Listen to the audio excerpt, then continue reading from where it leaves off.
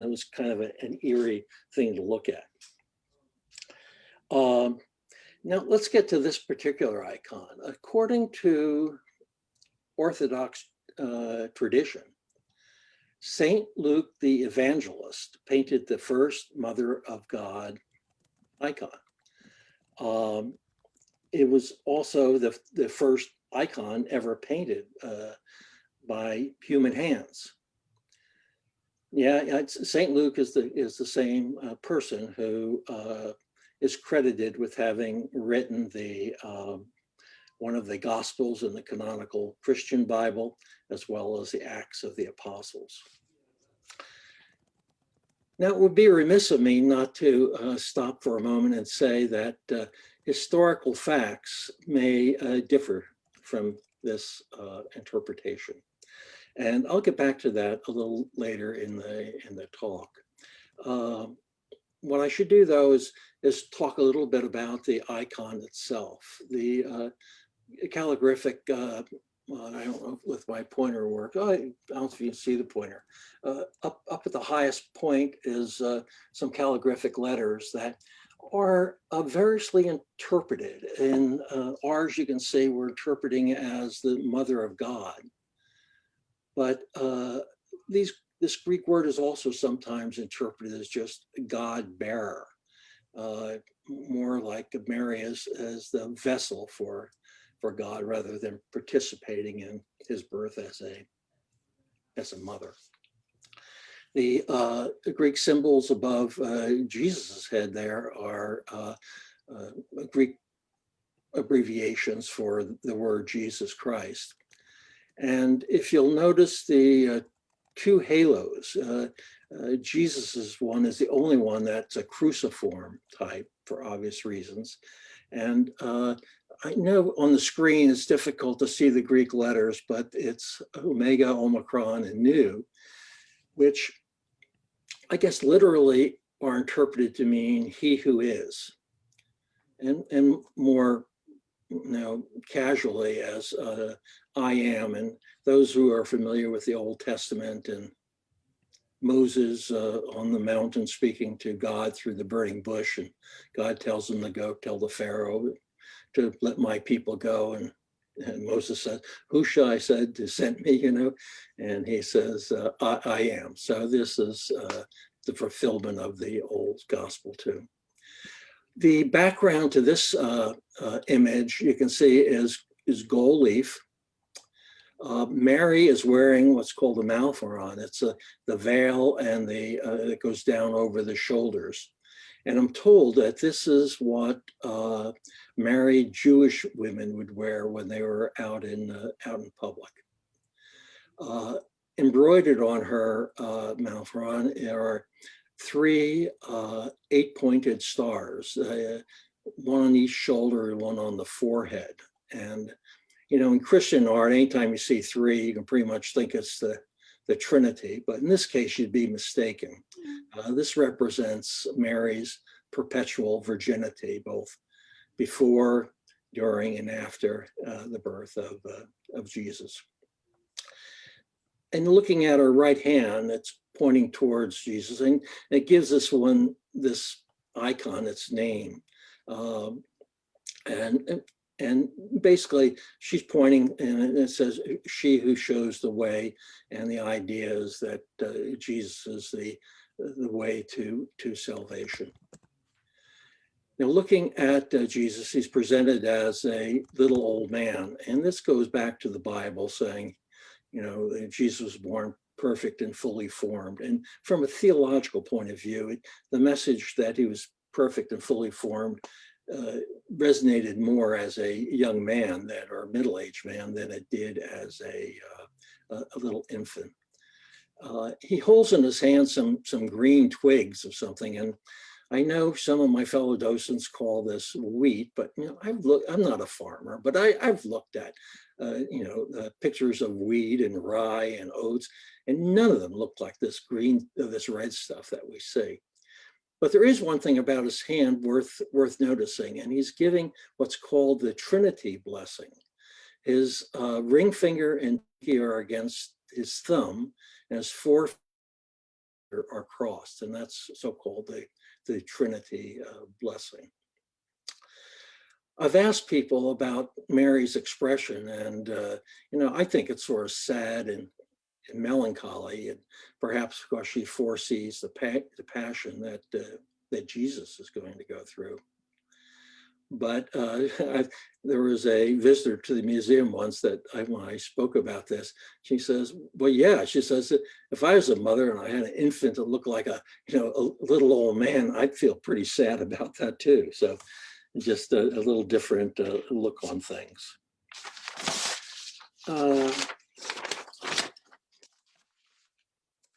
The next thing I'd like to talk about are the holes in the painting.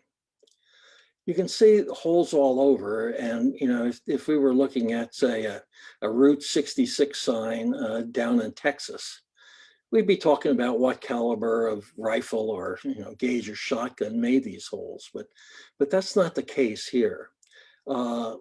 These holes were made by something called a malferon. Not malferon, I misspoke, by an oclad or rizid. And you can see one here in this other image. They cover everything usually except for the face and the hands. Now, some of these were made out of tin, but a lot were made out of silver, and some were actually made out of 23 karat gold. Moreover, they were embellished with precious gems such as rubies and sapphires, diamonds, and some even had pearls attached to them. And so one of these undoubtedly was attached to the icon we have in the Timken Museum. But this begs the question, okay, so we had a oclad attached to this. Where did it go? And I don't know the answer to that question, but I do know that in the early 1920s in Russia, a lot of oclads were removed from the icons. And the reason is as follows. Russia in this area was involved in wars for almost a decade. They had fought the Russo-Japanese War, World War I. Then there was the February Revolution, followed by the October Revolution. And then there was a civil war between the Red Russians and White Russians and the anarchists. And to make matters even worse, a famine had occurred down in the Volga region near the Ural River. And an estimated 5 million people died from starvation around this time. And so the Bolsheviks, not being fans of religion, had confiscated the icons from many of the churches and removed the oclads and also took out the gems for resale to get hard currency. And here you see a picture that I've taken from a book that was entitled Stealing Russia's Treasures. And this depicts a table of people dutifully taking the gems and all out of the oclads. I promised you at the beginning that I would have a word to say about Saint Luke and having him being credited with having painted the first Mother of God icon. It turns out that Saint Luke, by his own admission, never met Jesus. And so consequently, the image here is not a portrait. Jesus didn't sit for this portrait. And Mary at the time probably would have been an older woman. So the church still had a strong interest in having the Holy Family portrayed and giving their permission to have an image made of them, especially by someone of the stature of St. Luke. So the church then went to say, well, he didn't actually paint a portrait, but he was divinely inspired. And this is Gersenko. This is a painting that's in the museum in Kansas City. And what it shows is, is St. Luke showing an image of the Holy Family that he's just painted. And of course, the angel is there as his divine inspiration. So this is something that Professor Penchiva, she's a professor of art history at Stanford, she wrote. And you know that the religious interpretation is that St. Luke did paint the first one. And she says the myth of Luke painting an icon was invented in order to support the legitimacy of icon veneration during the iconoclastic controversy in the 8th and 9th centuries. So I'll use that as a segue to the next icon. And in the museum, I'll ask people, take a look at this icon. Is there anything about this icon that strikes you as a little peculiar or unusual?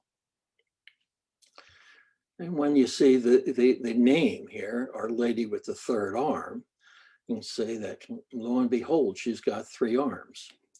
Now, whereas the other icon, might be a religious matter or a myth, this one could probably be correctly classified as a fairy tale.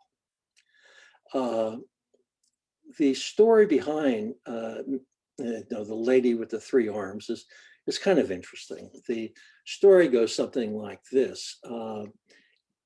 Emperor Leo III of Assyria was the ruler of Constantinople, and he was a strong iconoclast, and eventually ended up destroying a lot of images in churches. The John of Damascus, later to be a saint, was an employee of the Caliph of Damascus, al-Malik. And he was strongly in favor of icons. Well, apparently the information about John got to Emperor Leo, and he didn't like it at all, but he couldn't do anything about John because, John was in the Muslim country and under the protection of the Caliph. And so Leo forged a letter claiming to have been written by John to Leo, asking Leo to attack the Caliph.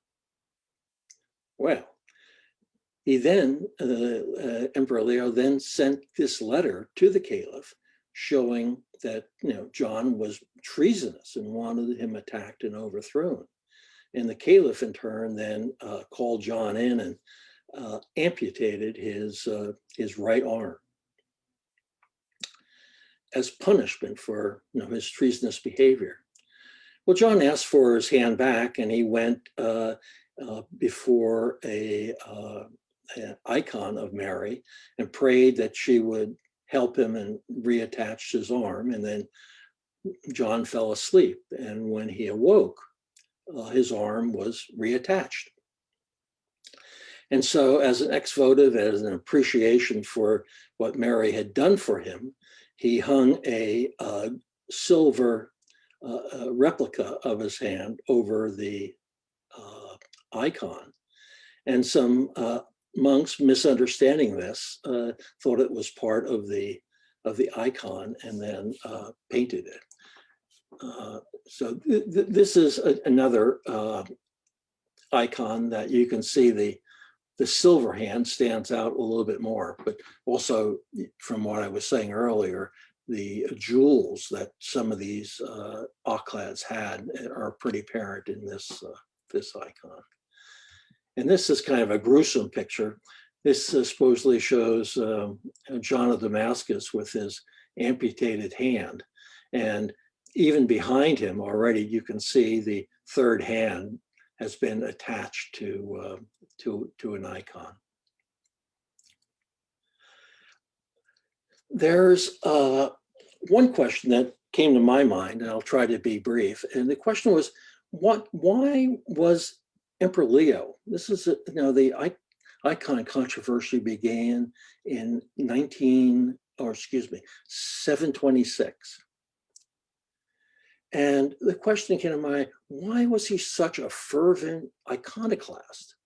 Well, one thought, there's three theories. One was that he was just a very faithful guy and, was opposed to graven images being put in church. And he just, because of his devoutness, he wanted them all removed. Well, that's possible, but it's interesting to note that he didn't consult the patriarch nor the bishops in Constantinople before he started his iconoclastic stuff. And in fact, they actually opposed it and they resigned their position because of what he did. So whether it was strict or religious reasons is difficult to know. There was also a question, perhaps the military successes that the Muslims had experienced. After all, they now controlled Alexandria, Jerusalem, Antioch, and Damascus, and they were threatening Constantinople. And they didn't use images in their religious services. And perhaps by doing that, he put himself at a disadvantage with God, because God may be offended because of these were being used in church. Those are all possibilities I guess we can't dismiss, but I show this slide because this is the one that I like. This is the theory I like, because the year you recall I said was 726 AD. And what you're seeing is the artist sketch on the left is an artist sketch of the island of Thera, which is located in the Cyclad chain in the Aegean. And in 726, this volcano on Thera, an underwater volcano, erupted and caused the eruption. And of course, the soot and the stuff would have fallen on Turkey and over on Istanbul and that area. But the other thing it probably almost certainly caused, scholars believe, is a large tsunami. And so that would have been something that God had done. And maybe it was the wrath of God that concerned Emperor Leo. What I show you on the far right side is a picture of Santorini, which is the new name for the island of Thera. And that's a image of how it looks today. So what you see is a large caldera surrounding what's beginning to be another volcano coming up in the middle of the bay there, in the middle of the caldera. So I'll leave it to you to think about what his reason was for being such an iconoclast, and I will now turn the lecture over to my friend and fellow docent, Manny. Hey, good morning, everyone. My particular section I'm going to do is on two still lifes that the Timken Museum has. And I'm going to go through just a little bit of history before we get to this, because still life has been around even in the time of the Egyptians. But when it was trying to explain what the court of the pharaoh looked like, most of these have been found in burial tombs, but in particular, the Greeks started to show everyday life. Now, what we have here is a mosaic, because the Romans were known for this, because they did copy an enormous amount of Greek art. And the mosaic, which of course is nothing more than pieces of glass or stone that is put together to present a picture. And where this is from was actually from the ancient cities of Pompeii and Herculaneum, which, of course, when Mount Vesuvius blew around 70 AD, the whole area was covered. And when they resurrected it, this is the only places they found where you get these still life images. Many of them showed food. And if you'll look in the glass jar, you'll notice that this was a typical diet for a Roman at the time, which was heavy in fruits and grains. So the images are signs of hospitality and celebrations of the season. And also they wanted you to attract your five senses. The Romans would use still objects to make it a greater meaning of life. They would sometimes also paint a skull as a symbol of mortality and earthly remains. These are called vanitas, or transitions of life. The goal of the artist is to create images as realistic as possible so they would trick the viewer into seeing the real thing. So this is a way of welcoming. I think today what we do in our own homes, we actually do decorate it to make people feel welcome. And this is what the Romans did. So this is more functional art than art that you would conceive to have more of a spiritual or a religious meaning. So we come into the next slide, which is from the Dutch, a gentleman by the name of Peter Klaas. He specialized in these. And in the 17th century, 16th and 17th century, these were shown or painted because they did not want to show the idea of a welcoming, but they wanted to show the ideal of a life spent.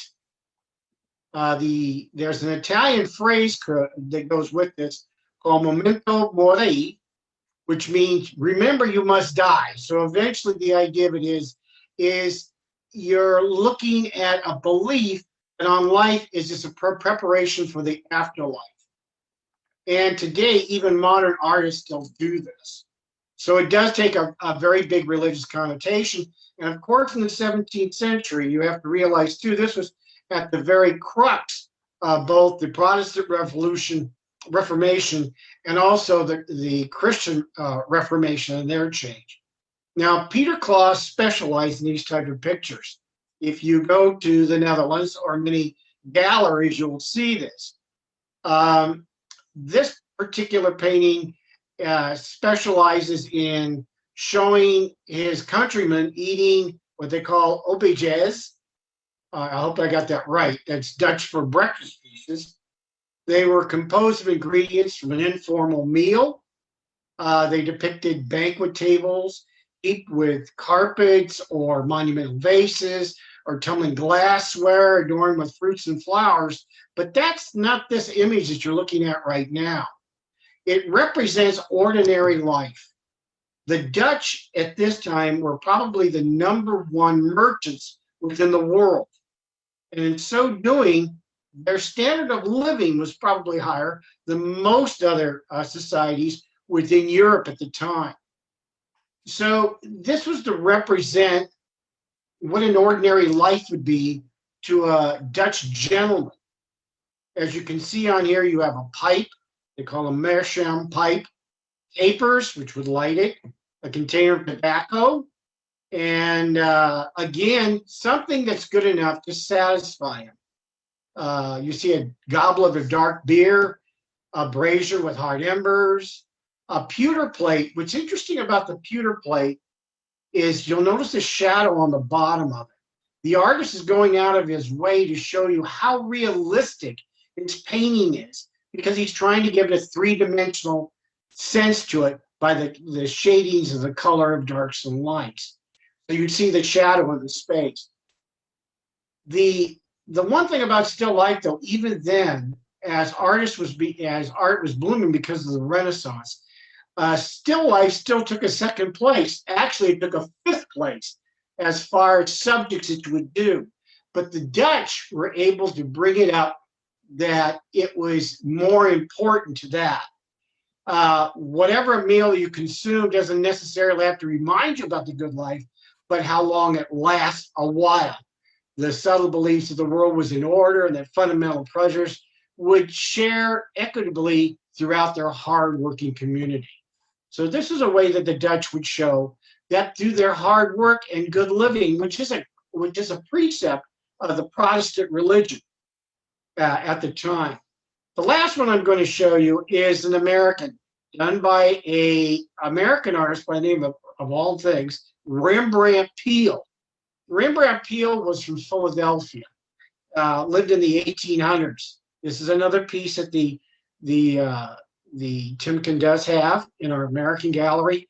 It's quite unusual because all you see is just a large piece of a cutlet.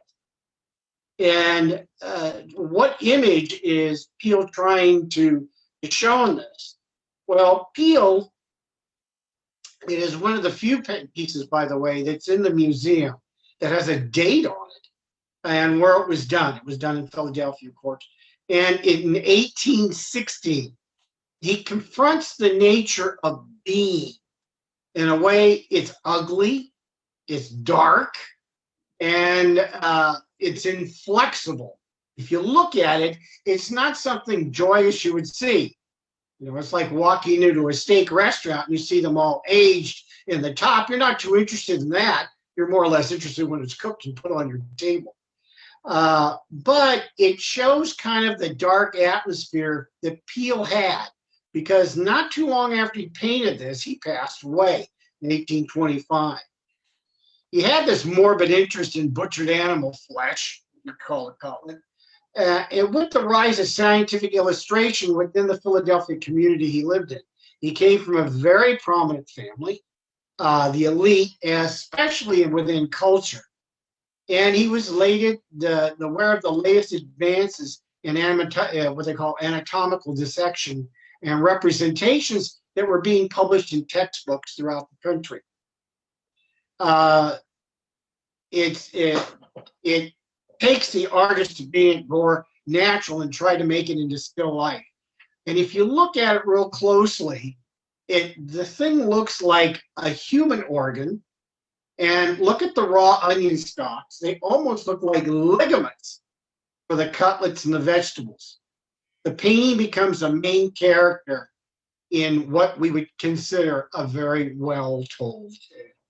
So the idea, of course, is a different expression, a more darker and a more morose look at life than the clays that we just saw before that.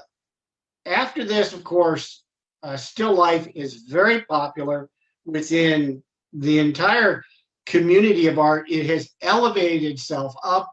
We see more still life today than we've ever seen before, and even in abstract form.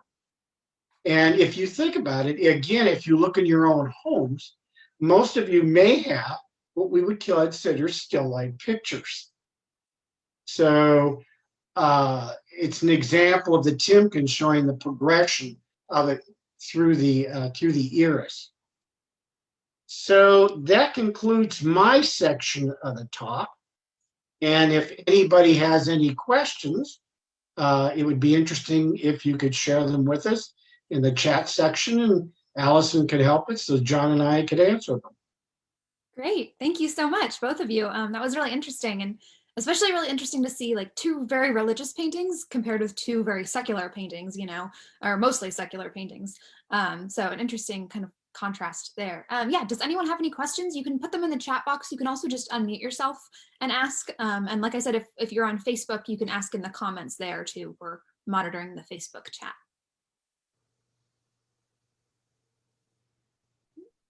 Okay, well, oh. I just want to say that you guys did a great job. Thank you so much. I learned a lot. Thank you, Becky.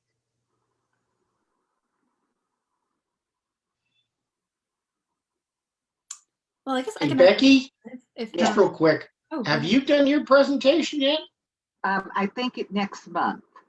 Okay, and make But sure to watch I've that. I've already done it with Christina. Yes, thank you. Looking forward to it.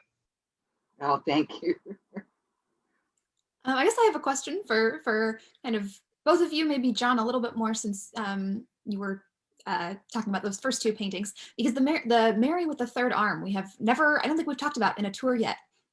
And so I was just kind of curious about, I don't know, it's hard to see it like on a screen versus in person. And so how like noticeable is that? Like when you go to the museum, do you really notice the arm right away? Or do you have to like kind of ask people to kind of like bring it out of them? Like, do people notice it right away? Is it supposed to be a defining part of the painting? A lot of people, including myself when I first saw it, didn't notice the third arm, but many of the paintings that are done with the lady with the third arm show the arm in the same texture and color as her arm. So it's even more difficult. The second image I showed you, it was almost a silver arm that would have jumped out at you, but some of the artists made it look like her actual arm.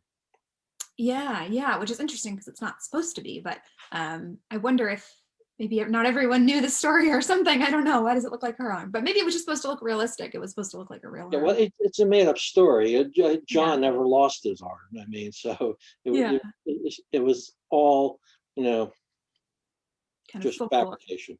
Mhm. We did have a question from someone in our audience talking about the first icon, so the Georgian Mother. The representation of Jesus, the body is situated like an Egyptian painting, she noticed, where the head and legs are sideways and then the chest is facing forward. Do you think there was any inspiration there, any influence between maybe Egyptian and Byzantine? Geez, I don't know. The Egyptian ones I've seen, the hands are rigidly against the side and they're standing up in a rigid way. So I don't know. One thing about icons that I neglected to mention is that nearly always they show two eyes of someone. And so even though you're getting sort of a side view, you're still seeing Jesus's two eyes. And that's true of almost all icons. But it hadn't occurred to me that it might be Egyptian, but I Yeah, I think, I mean, my interpretation might just be that they're both kind of a little bit more abstracted, so they're not as like naturalistic or realistic. That maybe there's just some similarities there because they're not trying to do like a super accurate Well, anatomy. you can see a progression in the art because if you look at Egyptian art, especially hieroglyphics, and especially what they did, they're one-dimensional. They didn't know how to show depth at all. But I think if you look at the icon, you can actually see that the shadings do start forming the idea of something more than just being one or two dimensional. But sure, that's a progression of art. Mhm. Yeah, and I always think it's interesting how we do see kind of changes within art styles, that we have, maybe really abstracted back in Egyptian, and then we go to the classical era, looks much more naturalistic, and then we get back to the abstract. So it kind of always is going back and forth, it seems like. And we have some great, I think, in our collection, representations of that, of different kind of styles and choices and all of that. Anyone else have any other questions or comments? Again, you can unmute yourself or you can put them in the chat box.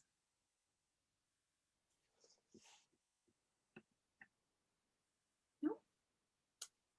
All right, well, I did want to ask one last thing I like asking our docents. Are these your favorite ones, or do you have a favorite painting? What is your favorite in the collection? If you're asking me, I don't think I have a favorite one in the collection. You like No, mine's the picture of Mary by Rubens. And I put her in the ladies in the Timken. I find her absolutely fascinating. And she's the one next to the Rembrandt. And everybody goes to the Rembrandt, but when I do tours, everybody over there, because she says that she has a terrific backstory in the court of Charles II. So that's my favorite. Great, yeah, and you had a great Ladies of the Timken tour a couple months ago, so maybe we can get you back for that one again for anyone who missed it. Well, thank you all. If there's no other comments, thank you all so much for joining us. We are very happy to always have you here, be able to connect with you in a virtual way while the museum is closed. Just a couple announcements that we do have another tour next week at the same time. And also, you know, this weekend we have, or actually today, not this weekend, today we have our craft workshop, which unfortunately sold out, but hopefully some of you will be there. I've already signed up. So if you are coming later today, we look forward to seeing you. And if you missed this one, we will hopefully have more craft workshops in the future. So we'll keep you updated on those. But other than that, see you next week at 11 a.m. for another tour. Thank you. Thank you, Allison. Thanks to everybody. Thanks, Allison. And bye-bye.